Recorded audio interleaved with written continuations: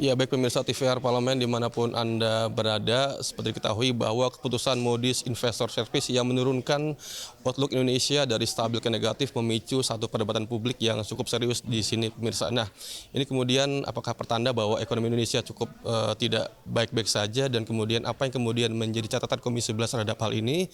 Kami sudah bersama dengan Bapak Haris Turino selaku anggota Komisi 11 DPR dari fraksi PDIP. Bapak, terima kasih Pak atas waktunya Pak.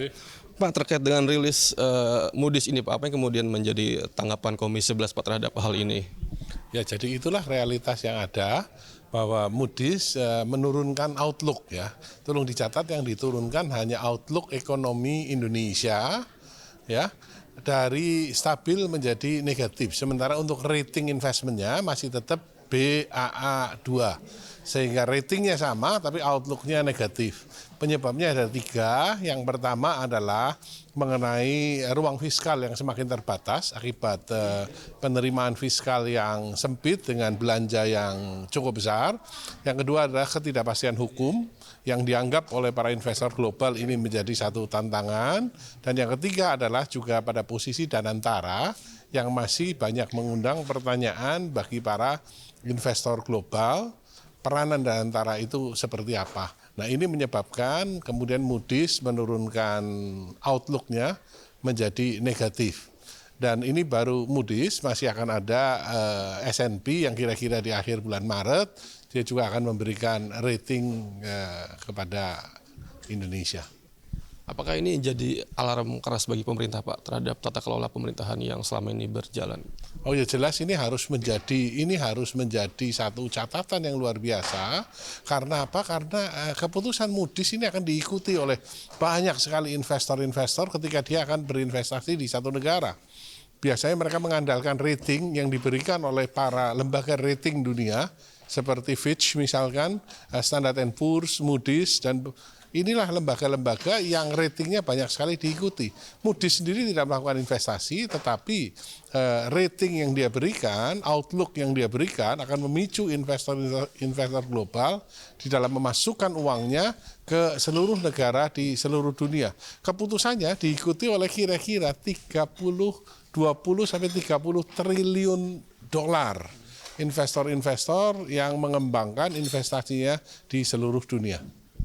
Pak, ini kan Pak Menteri Keuangan sudah menyampaikan bahwa pemerintah menilai bahwa Moody's ini terlalu pesimistis terhadap Indonesia gitu Pak. Apakah yang kemudian menjadi tanggapan Komisi 11 terhadap jawaban Menteri Keuangan ini?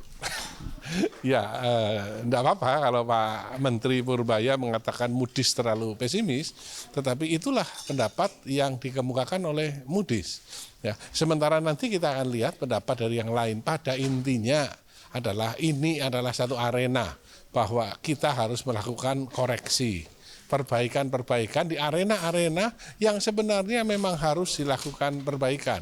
Seperti ketidakpastian di dalam sistem investasi, ini harus ditata dan ini menjadi tugas kita bersama.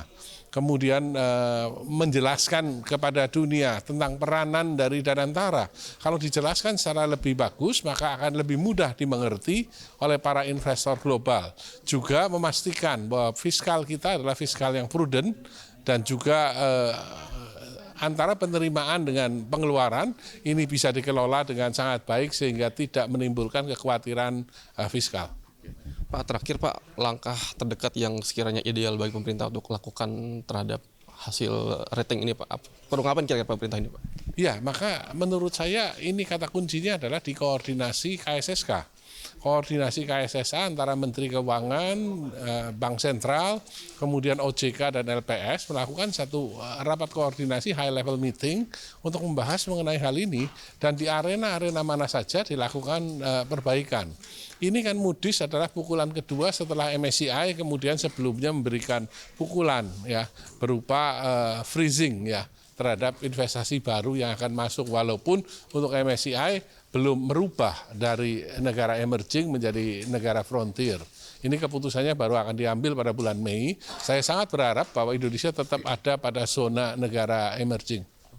Baik Pak Haris, terima kasih Pak atas waktu dan kesempatannya dengan kami berbincang, dan tadi disampaikan oleh Pak Haris Surino bahwa pemerintah perlu segera melakukan koordinasi secara intens terutama dalam KSSK yang nantinya diharapkan dengan ada sinergi yang kuat antara pemerintah, Bank Indonesia, dan lembaga terkait lainnya bisa kemudian memberikan satu kepercayaan publik yang lebih kuat lagi agar nantinya investor bisa tertarik kepada Indonesia dan nantinya rating Indonesia bisa lebih baik lagi dibanding sekarang pemirsa. Dan demikian laporan dari kami, kembali ke studio.